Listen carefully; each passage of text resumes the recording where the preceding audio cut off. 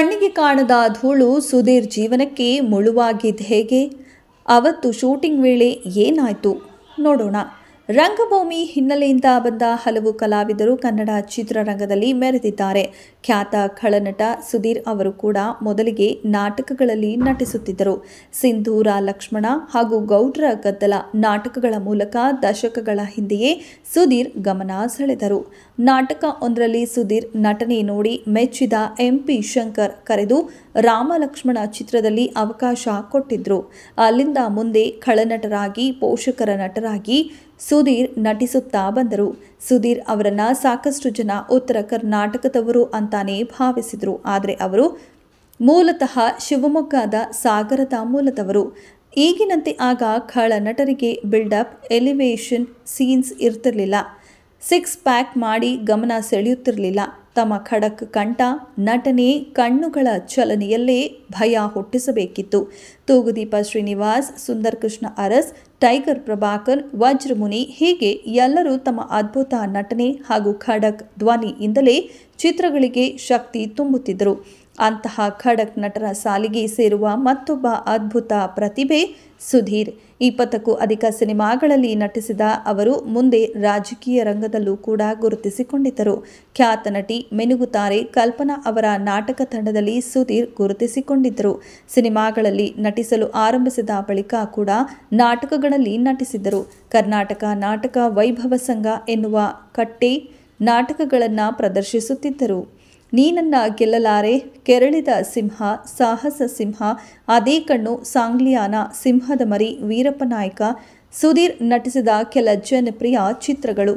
ಅಂಬರೀಷ್ ಹಾಗೂ ಸುಧೀರ್ ಬಾಂಧವ್ಯ ಉತ್ತಮವಾಗಿತ್ತು. ಸುಧೀರ್ ಮನೆ ಕಟ್ಟಿಕೊಳ್ಳಲು ಅಂಬಿ ಸಹಾಯ ಮಾಡಿದ್ರು. ಹಾಗಾಗಿ ತಮ್ಮ ಮನೆಗೆ ಅಂಬರೀಷ್ ನಿಲಯ ಅಂತಾನೆ ಹೆಸರಿಟ್ಟಿದ್ರು.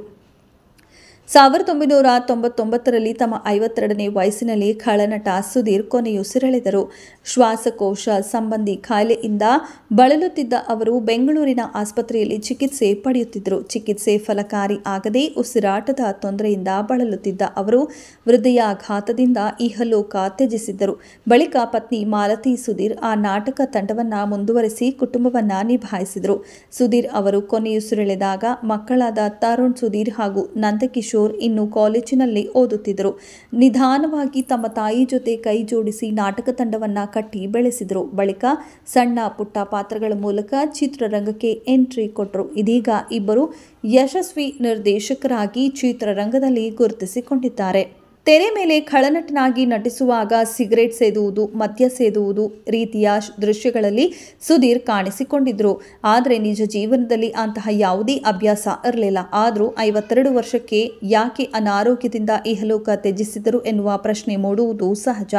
ಸುಧೀರ್ ಅವರಿಗೆ ಆಸ್ತಮಾ ಇತ್ತು, ಡಸ್ಟ್ ಅಲರ್ಜಿ ಇತ್ತು. ಅದೇ ಅವರ ಜೀವಕ್ಕೆ ಕುತ್ತು ತಂದುಬಿಟ್ಟಿತ್ತು. ದಂಡನಾಯಕ ಸಿನಿಮಾ ಚಿತ್ರೀಕರಣ ನಡೆಯುತ್ತಿತ್ತು. ಆ ಚಿತ್ರದಲ್ಲಿ ಸುಧೀರ್ ನಟಿಸುತ್ತಿದ್ದರು. ಚಿತ್ರದ ಆಕ್ಷನ್ ಸನ್ನಿವೇಶ ಒಂದರಲ್ಲಿ ಮೇಲಿನಿಂದ ಜಿಗಿಯುವ ಸನ್ನಿವೇಶ ಇತ್ತು. ಅದನ್ನು ಡೂಪ್ ಹಾಕುವವರು ಮಾಡಬೇಕಿತ್ತು. ಆದರೆ ಆ ದಿನ ಡೂಪ್ ಕಲಾವಿದರು ಬರಲಿಲ್ಲ. ಸುಮ್ಮನೆ ಚಿತ್ರೀಕರಣಕ್ಕೆ ತೊಂದರೆ ಆಗತ್ತೆ ಎಂದು ಮೇಲಿನಿಂದ ಜಿಗಿಯುವ ಸನ್ನಿವೇಶ ಮಾಡಲು ಖುದ್ದು ಸುಧೀರ್ ಮುಂದಾಗಿದ್ರು. ಚಿತ್ರೀಕರಣದ ವೇಳೆ ಪೆಟ್ಟಾಗದಂತೆ ದೊಡ್ಡ ದೊಡ್ಡ ಹಾಸಿಗೆ ಹಾಕಿದ್ರು. ಕಂಠೀರವ ಸ್ಟುಡಿಯೋದಲ್ಲಿ ಚಿತ್ರೀಕರಣ. ಒಮ್ಮೆ ಜಿಗಿದ ಕೂಡಲೇ ಹಾಸಿಗೆಯಲ್ಲಿದ್ದ ಧೂಳು ಮೇಲೆದ್ದಿತು. ಆ ಧೂಳು ದೇಹದ ಒಳಗೆ ಹೋಗಿ ಇನ್ಫೆಕ್ಷನ್ ಆಗಿತ್ತು. ಆಗ ಧೂಳು ಶ್ವಾಸಕೋಶಕ್ಕೆ ಹೋಗಿ ಉಸಿರಾಟದ ಸಮಸ್ಯೆ ಶುರುವಾಗಿತ್ತು. ಆಗ ಅದಕ್ಕೆ ಚಿಕಿತ್ಸೆ ಇರಲಿಲ್ಲ. ಚಿಕಿತ್ಸೆ ಕೊಡಿಸಿದ್ರು. ಆಕ್ಸಿಜನ್ ಸಿಲಿಂಡರ್ ಹಾಕಿಕೊಂಡೇ 5-6 ತಿಂಗಳು ಇದ್ದರು. ನಾಟಕಗಳ ಬಗ್ಗೆ ಸುಧೀರ್ ಅವರಿಗೆ ಎಷ್ಟು ಒಲವಿತ್ತು ಅಂದರೆ ಕೆಲವೊಮ್ಮೆ ಆಕ್ಸಿಜನ್ ಸಿಲಿಂಡರ್ ಸಮೇತ ನಾಟಕಗಳಲ್ಲಿ ನಟಿಸೋಕೆ ಹೋಗ್ತಿದ್ರಂತೆ. ಆಕ್ಸಿಜನ್ ಮಾಸ್ಕ್ ತೆಗೆದು ನಾಟಕದಲ್ಲಿ ನಟಿಸಿ ಮತ್ತೆ ಅದನ್ನು ಹಾಕಿಕೊಳ್ಳುತ್ತಿದ್ದರು. ಅಷ್ಟರ ಮಟ್ಟಿಗೆ ನಾಟಕದ ಕಲಾವಿದರು ಅಂದರೆ ಅವರಿಗೆ ಒಲವು ಎಂದು ಪತ್ನಿ ಮಾಲತಿ ಈ ಹಿಂದೆ ಸಂದರ್ಶನ ಒಂದರಲ್ಲಿ ಹೇಳಿಕೊಂಡಿದ್ದರು. ತೆರೆ ಮೇಲೆ ಖಳನಟನಾಗಿ ಅಬ್ಬರಿಸಿದ್ರು. ನಿಜ ಜೀವನದಲ್ಲಿ ಬಹಳ ಮೃದುವ ಸ್ವಭಾವದವರಾಗಿದ್ದರು ಸುಧೀರ್.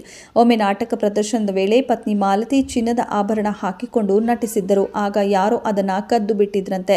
40 ತಂಡದಲ್ಲಿ ಯಾರಾದರೂ ತೆಗೆದುಕೊಂಡಿರಬಹುದು ಎಂದು ಪೊಲೀಸರು ವಿಚಾರಣೆ ಮುಂದಾಗಿದ್ರು. ಆಗ ಸುಧೀರ್ ಬೇಡ, ಯಾರೋ ಒಬ್ಬರು ಮಾಡಿದ ತಪ್ಪಿಗೆ 40 ಜನರ ವಿಚಾರಣೆ ಎಲ್ಲ ಬೇಡ, ಚಿನ್ನ ಹೋದ್ರೆ ಹೋಗಲಿ ಎಂದಿದ್ದರಂತೆ. ಇದೆಷ್ಟು ಈ ಹೊತ್ತಿನ ಸುದ್ದಿ. ಮತ್ತಷ್ಟು ಸುದ್ದಿಗಳಿಗಾಗಿ ನೋಡ್ತಾ ಇರಿ ಸಿರಿ ಟಿವಿ.